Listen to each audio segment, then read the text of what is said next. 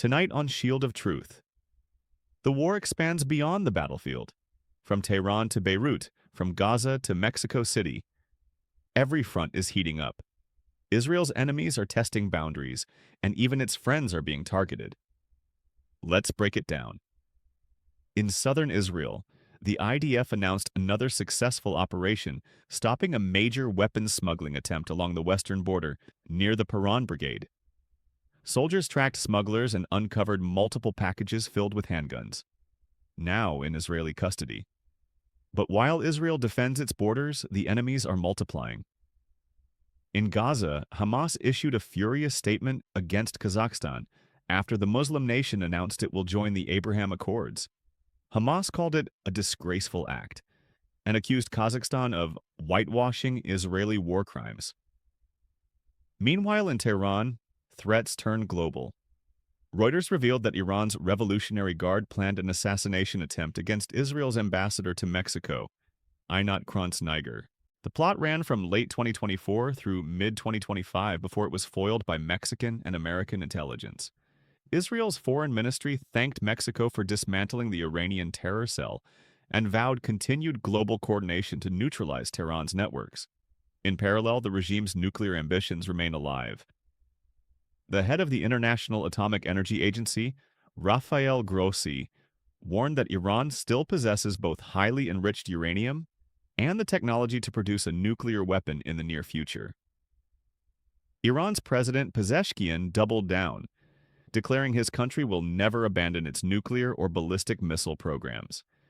And inside Iran, the crisis deepens. A viral video shows a man walking across what used to be a massive reservoir, now a cracked, muddy pit. It was Tehran's main water source. Iran is literally drying out. Across the region, the terror axis prepares.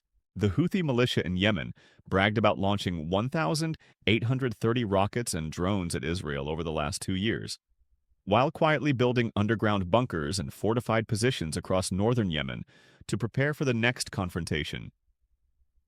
In Lebanon, Hezbollah sent an official letter to Lebanon's president and prime minister, declaring it will now respond to every Israeli strike. They insist this isn't a declaration of war, just legitimate defense.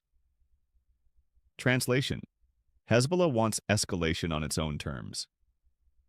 Moments later, Al-Mayadeen reported another Israeli drone strike near the town of Al-Qiyam, targeting Hezbollah positions, and yet the U.S. reportedly told Lebanon there will be no indirect frameworks anymore. Washington now wants direct talks between Israel and Lebanon, a message published this morning by Al-Akbar. In the West Bank, the IDF killed 3 terrorists this week and arrested 60 wanted suspects. Across the border, 2 Muslim infiltrators were shot dead after crossing the northern Jerusalem fence. Meanwhile, in Gaza, Arab sources confirm Israeli airstrikes this morning in eastern Khan, Yunis, and Gaza City, with IDF artillery detonations continuing throughout the day. And beneath the surface, negotiations continue. Palestinian outlets report that indirect talks are underway between Hamas and Israel regarding the extraction of Hamas fighters trapped in tunnels beyond the Yellow Line. Mediators from the hostage deal framework are now relaying proposals for safe passage deeper into Gaza. Diplomatic chaos isn't limited to the Middle East.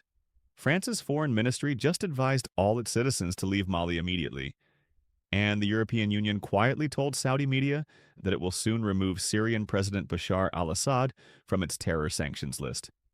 Another sign of realignment in the Arab world.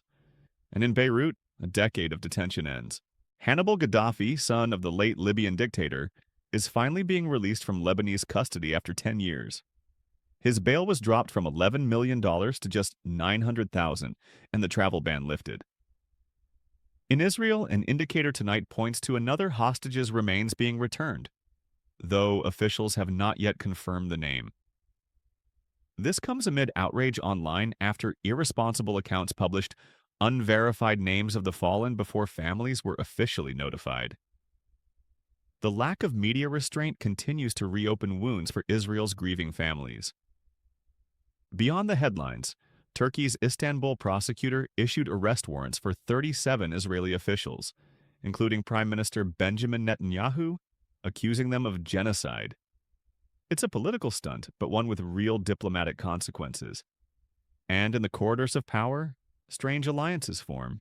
Reports say PA President Mahmoud Abbas arrived in Rome for meetings with Italy's Prime Minister Giorgia Meloni and Pope Leo XIV after attending the Egyptian Museum opening in Cairo.